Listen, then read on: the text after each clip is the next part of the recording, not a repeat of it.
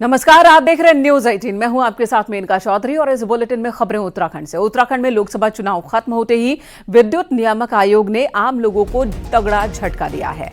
1 अप्रैल से पूरे प्रदेश में बिजली के दाम बढ़ गए हैं।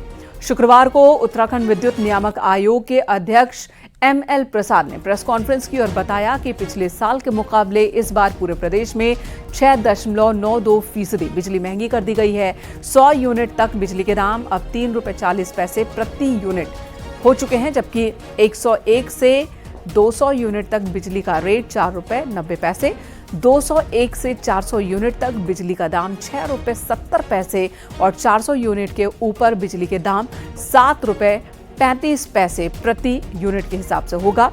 इसके अलावा फिक्स चार्ज में भी इजाफा किया गया है। 4 किलोवाट तक ₹15 प्रति महीना फिक्स चार्ज है, जबकि 4 किलोवाट से ज्यादा ₹20 प्रति महीना फिक्स चार्ज बढ़ा दिया गया है।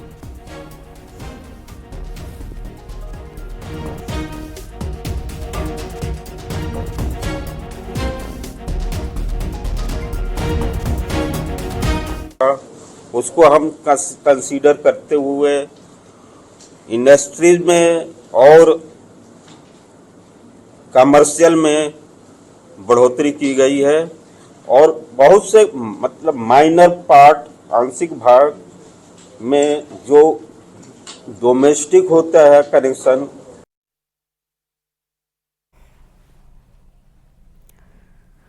पूर्व सीएम हरीश रावत का कहना है कि चुनाव के तुरंत बाद बिजली के दाम बढ़ा दिए गए, जो बड़ा झटका है। हरीश रावत ने कहा कि लोग गर्मी में बिजली कटौती से जूझ रहे हैं, लेकिन सप्लाई और क्वालिटी में कोई सुधार नहीं। इसी बीच बीजेपी का कहना है कि ये लंबे समय से पेंडिंग काम था, क्योंकि बाहर से महंगी बिजली खरीदी जा रही है। बीजेपी नेता विनोद चमोली ने कहा कि लोगों को इसे समझना होगा। पावर कट अघोषित है। ग्रामीण क्षेत्रों में लोगों को जहां सिंचाई के लिए, नलकूप के लिए, उसके लिए पानी बिजली चाहिए, वो भी उनको नहीं मिल पा रही है। ऐसे समय में, और ये बड़ी भारी बेईमानी है कि आपने यदि बिजली के दाम बढ़ाने थे तो पहले बढ़ा दो। आप चुनाव का इंतजार कर रहे हैं और जब वोट पड़ गया उसके बाद आपने लोगों के ऊपर ये बढ़ोतरी थोप दी है। देखिए, बहुत समय से ये पेंडिंग था और उस पर एक दिन निर्णय होना था। आप जानते हैं कि जो नियामक आयोग है उसने अपनी सिफारिशें दे रखी थी और आज भी जो बिजली के दाम हैं, अगर पूरे देश के तुलना में हम देखेंगे, उत्तराखंड में सबसे कम है आज भी। और निश्चित तौर पर लोगों को भी समझना होगा कि जिस तरह बिजली खपत बढ़ रही है तो हमको बिजली बाहर से अरेंज करनी पड़ती है। अगर सही दाम नहीं मिलेंगे तो जो हमारे पास रिजर्वायर है वो समाप्त हो जाता है और बाहर से हम बिजली परचेज करते हैं, तो उसको कंपनसेट करने में लोगों को आगे आना चाहिए। नैनीताल में जंगल की आग अब आउट ऑफ कंट्रोल हो गई है। नैनीताल के पास हाईकोर्ट कॉलोनी की ओर आग बढ़ती जा रही है, लेकिन कोई भी वन अधिकारी मौके पर नहीं दिखा। सिर्फ फायर ब्रिगेड की टीम ही आग बुझाने में जुटी है, लेकिन अब तक सफलता नहीं मिली। आग आबादी वाले इलाकों तक पहुंच गई है। हाईवे पर भी आग की लपटें साफ साफ दिखने लगी हैं। भवाली में एयरफोर्स स्टेशन तक आग पहुंच गई है। नैनीताल और भीमताल में जंगल की आग की वजह से बोटिंग भी बंद कर दी गई है। अब हेलीकॉप्टर से आग बुझाने की बात कही जा रही है। हालात बेहद खराब हो चुके हैं। नैनीताल के ओखलकांडा, बेताल घाट, बजून, मंगोली के जंगल आग की चपेट में हैं। नैनीताल जिले में आग जो है आउट ऑफ कंट्रोल हो गई है। ये देख सकते हैं किस तरह से जंगल धधक रहे हैं। पाइन्स के पास इसी तरीके से पूरा जो जंगल है वहाँ पर आग लगी है। नीचे देख सकते हैं आग की वजह से जो पर्यटक हैं उनको आवाजाही की दिक्कतें आ रही हैं और जो जाम है वो लंबा लग रहा है। रोका जा रहा है गाड़ियों को कि आप आग की तरफ ना जाएं ताकि कोई एक बड़ी दुर्घटना ना हो। ये देख सकते हैं कि किस तरह से इस तरफ जो जंगल हैं वो धधक रहे हैं। लगातार जो 15 दिनों से इसी तरीके से आग का कहर पूरे नैनीताल में जारी है। नैनीताल की अगर बात करें चाहे तो नैनीताल के जो इर्द गिर्द, चाहे वो बेताल घाट वाला इलाका हो, चाहे वो नैनीताल वाला इलाका हो, ओखलकांडा वाला इलाका हो, उन इलाकों में आग खास तौर पर लगी है। और जो आग लगने का मुख्य कारण हम आपको दिखाते हैं। ये देख सकते हैं कि किस तरह से इस बार पूरा जो ड्राई है, पत्ते काफ़ी ज़्यादा हैं, पिरूल है और ये सारे आग के कारण हो सकते हैं, क्योंकि आग इस तरफ आ रही है तो हमें भी इन आग से बचना होगा। और कभी भी ये बड़ी दुर्घटना उत्तराखंड में 2016 जैसे हालात बन रहे हैं, क्योंकि आग जो है वो हमारी तरफ भी लगातार बढ़ रही है। तो ये कहा जा सकता है अगर इस आग पर अभी कंट्रोल नहीं पाया गया तो आने वाले दिनों में ये आग और भीषण रूप ले सकती है। वीरेंद्र बिष्ट, न्यूज़ 18। इसी बीच मुख्यमंत्री पुष्कर सिंह धामी ने जंगल की बढ़ती आग की घटनाओं पर चिंता जाहिर की और अधिकारियों को इस पर तुरंत काबू पाने के निर्देश दिए गए। सीएम धामी ने कहा कि तेजी से काम किया जाए, जंगलों को आग से बचाया जाए, जो भी जरूरी कदम हो वो कदम उठाए जाएं। अब तक आग की वजह से 584 घटनाएं सामने आ चुकी हैं। 708 हेक्टेयर जंगल जल चुके हैं। कुमाऊं में 322 तो वहीं गढ़वाल में 211 जंगल आग की चपेट में। फायर है, अभी तक करीब 650 हेक्टेयर से ऊपर के जंगल जल चुके हैं। 2 लोग घायल हुए हैं। आपने मीटिंग ली है, क्या कुछ दिशा निर्देश इस मीटिंग?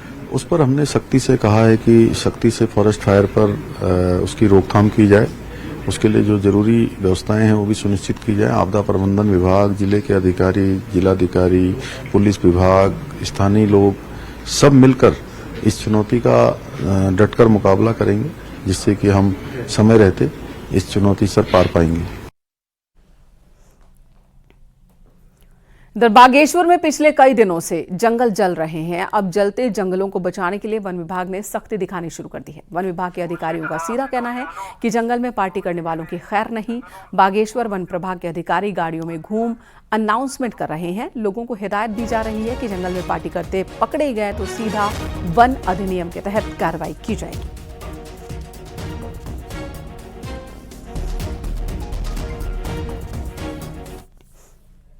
उत्तरकाशी के बरहमखाल में शरारती तत्वों ने कबाड़ की दुकान में आग लगा दी, जिसके बाद दुकान में रखा सारा सामान जल गया। इस दौरान दुकान के बाहर खड़ी 3 बाइक भी जल गई।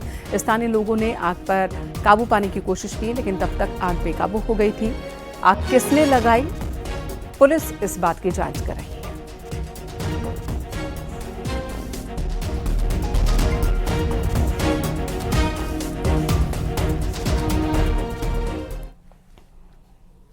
अगली खबर हल्द्वानी से। International drug mafia Banmeet Singh के घर पर ईडी ने छापेमारी की। बनमीत को साल 2019 में इंग्लैंड से गिरफ्तार किया गया था। बनमीत सिंह साल 2023 से अमेरिका में सजा काट रहा है। बनमीत का परिवार हल्द्वानी में रहता है और उसके पिता का ड्रग सप्लाई का आरोप है। पिता पर भी अब आरोप लगा है।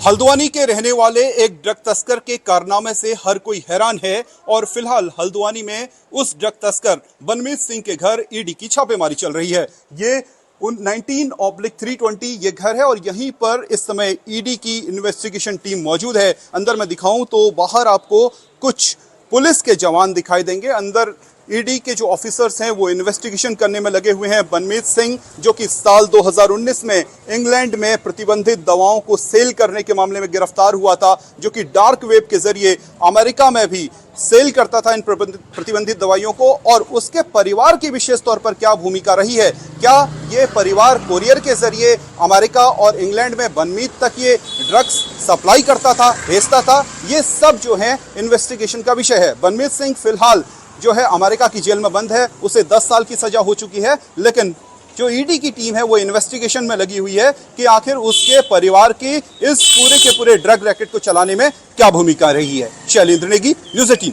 हल्द्वानी। सोशल मीडिया पर मारपीट का एक वीडियो वायरल हो रहा है, जिसमें कुछ युवक एक युवक की पिटाई कर रहे हैं। वीडियो रुड़की के गंगनहर का बताया जा रहा है। युवक को कुछ लोग उठाकर गंगनहर इलाके के पास ले गए, उसकी पिटाई की। दोनों पक्षों के बीच पहले से ही रंजिश चल रही है। पुलिस का कहना है कि आरोपियों की पहचान की जा रही है, जल्द ही आरोपियों को गिरफ्तार कर लिया जाएगा। और उक्त वीडियो में जो मारपीट कर रहे युवक हैं उनकी पहचान की जा रही है, ताकि उनके विरुद्ध सुसंगत और प्रभावी विधिक कार्रवाई अमल में लाई जा सके। रुड़की के भगवानपुर इलाके में एक दूल्हे को दहेज मांगना महंगा पड़ा। मंगलौर क्षेत्र से बारात भगवानपुर गई थी। लड़की वालों ने अपनी ओर से काफी सामान भी दिया, लेकिन लड़के ने अचानक ही 15 बीघा जमीन की डिमांड कर दी। लड़की पक्ष ने इनकार किया तो दूल्हा नाराज हो गया। मामला इतना बढ़ा कि लड़की पक्ष ने पूरे बारात को ही बंधक बना लिया, जिसके बाद जमकर हंगामा हुआ। पुलिस मौके पर पहुंची, दोनों पक्षों को समझाया गया। दूल्हा ने 20 लाख रुपए लौटाए। दूल्हा पक्ष की ओर से 20 लाख रुपए लौटा दिए गए, जिसके बाद उन सबकी रिहाई लड़की पक्ष वालों ने की।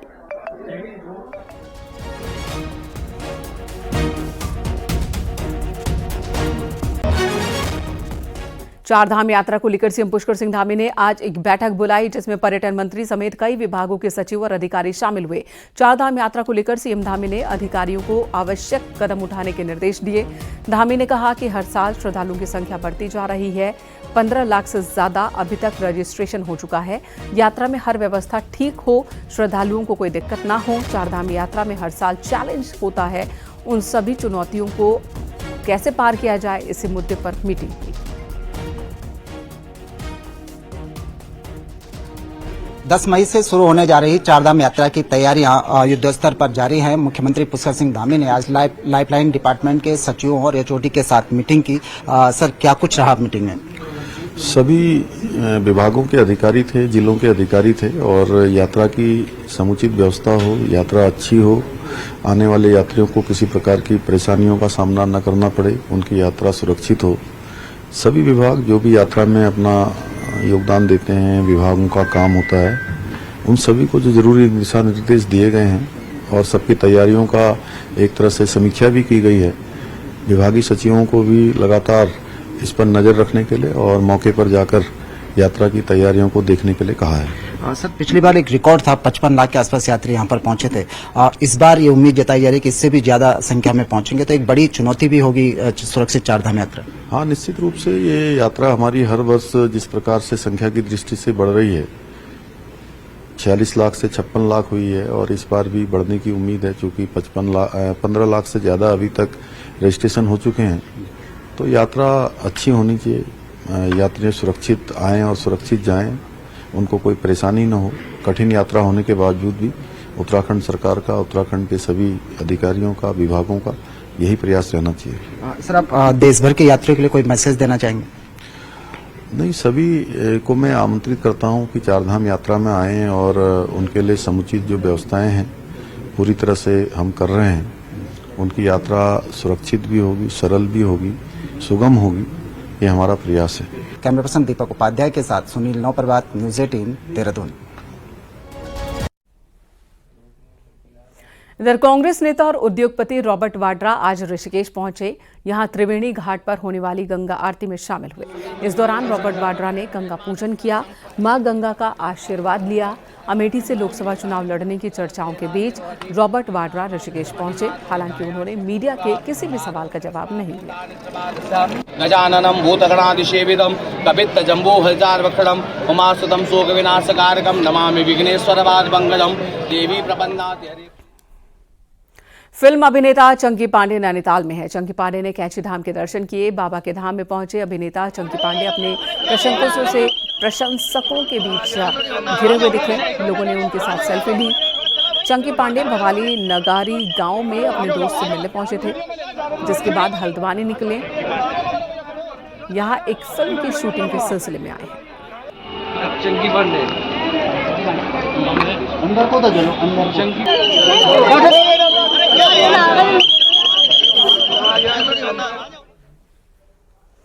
उत्तराखंड संस्कृत शिक्षा परिषद की 10वीं और 12वीं बोर्ड के रिजल्ट एक साथ जारी कर दिए गए। पूर्व मध्यमा यानी कि 10वीं का रिजल्ट 89.22% रहा, जबकि उत्तरकाशी के राहुल व्यास ने 88% के साथ टॉप किया है।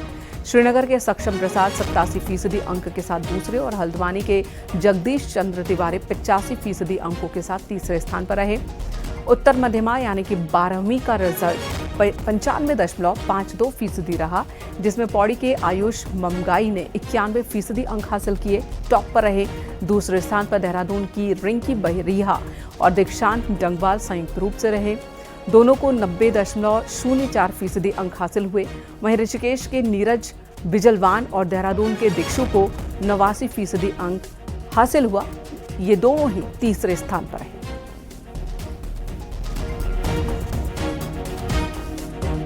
पूर्वी मध्यमा के राहुल व्यास विश्वनाथ संस्कृत महाविद्यालय उत्तरकाशी। उत्तर मध्यमा में जो टॉपर हैं आयुष मंगाई, ये ब्रिगेडियर विद्याधर जुआल संस्कृत विद्यालय है, भुवनेश्वरी सिद्धपीठ पौड़ी गढ़वाल, झांझड़ पौड़ी गढ़वाल। विकासनगर के कटापत्थर इलाके में एक हादसा हुआ। 16 साल का एक लड़का अचानक ही फिसला और यमुना नदी के गहरे पानी में डूब गया। लड़का अपने रिश्तेदारों और दोस्तों के साथ यहां आया था। सूचना पर डाक पत्थर चौकी पुलिस और एसडीआरएफ की टीम घटनास्थल पर पहुंची। लड़के को गहरे पानी से बाहर निकाला गया, लेकिन तब तक उसकी मौत हो चुकी थी। मृतक का नाम मोहम्मद उमर बताया जा रहा है।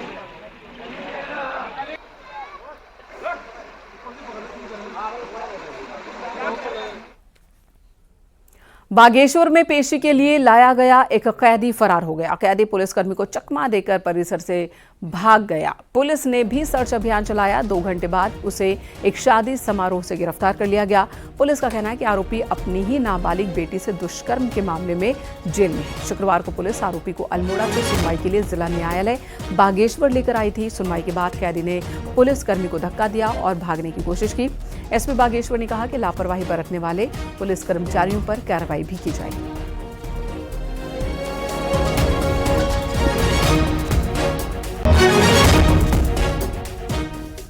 हरिद्वार में नकली जिंक सल्फेट का मामला तूल पकड़ता जा रहा है। नकली खाद से लेकर 40 करोड़ की फाइल गायब होने तक को लेकर कृषि विभाग विवादों में है।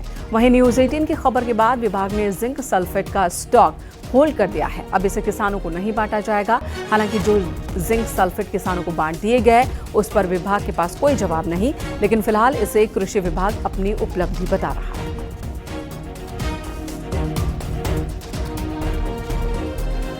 एक बार सैंपल पास हो गया, फेल हो गया तो उसमें जो भी हमारे एक्ट के अनुसार कार्रवाई होगी वो हम करेंगे। और जो अभी हमने जो स्टार्टिंग में जो भी उसका स्टॉक है उस पर पूरी रोक लगा दी है। अभी किसानों को ये नहीं बटेगा? नहीं, अब बटेगा नहीं। और अब पहाड़ की 10 बड़ी खबरों पर नजर डालते हैं पहाड़ टॉप 10 में। चारधाम यात्रा में रुद्रप्रयाग पुलिस की अहम भूमिका, जिसकी वजह से एसपी विशाखा अशोक भदाणे लगातार मॉनिटरिंग कर रहे हैं। चारधाम यात्रा में इस बार ट्रैफिक व्यवस्था को बनाए रखना पुलिस के लिए बड़ी चुनौती होगी। Pauri police team traffic management की प्लानिंग में जुटी। चक्राता के क्वांसी में 7 दिवसीय श्रीमद् भागवत कथा का आयोजन, योग शिविर, स्वास्थ्य शिविर और हवन यज्ञ का भी आयोजन। रुद्रप्रयाग में निजी स्कूलों में संचालित होने वाली बसों की चेकिंग की गई। उन्होंने गाड़ियों की फिटनेस, ड्राइविंग लाइसेंस आदि चेक किए। रुद्रप्रयाग की मदमहेश्वर घाटी के राउलैंक गांव में पशु अज्ञात बीमारी की चपेट में आ रहे। पशुपालन विभाग ने 3 डॉक्टर समेत 8 सदस्यीय एक टीम बनाई। उत्तरकाशी में होटल किनारे लकड़ी के टाल में आग लग गई। पुलिस और फायर ब्रिगेड की टीम ने काबू पाया। उत्तरकाशी के यमुनोत्री हाईवे पर एक शख्स का शव मिला। 73 साल के पूर्व सैनिक भजन रावत के रूप में शिनाख्त। टिहरी जिले में कई जंगलों में आग लग गई है। चंबा ऋषिकेश रोड पर दिखोल, नागड़ी और आराकोट के जंगल धधक रहे हैं।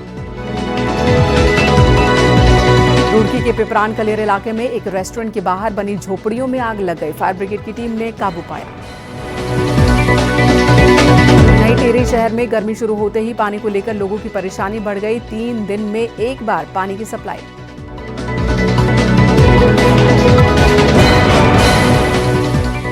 यहां रुकेंगे एक छोटे से ब्रेक के लिए। खबरों का सिलसिला जारी है।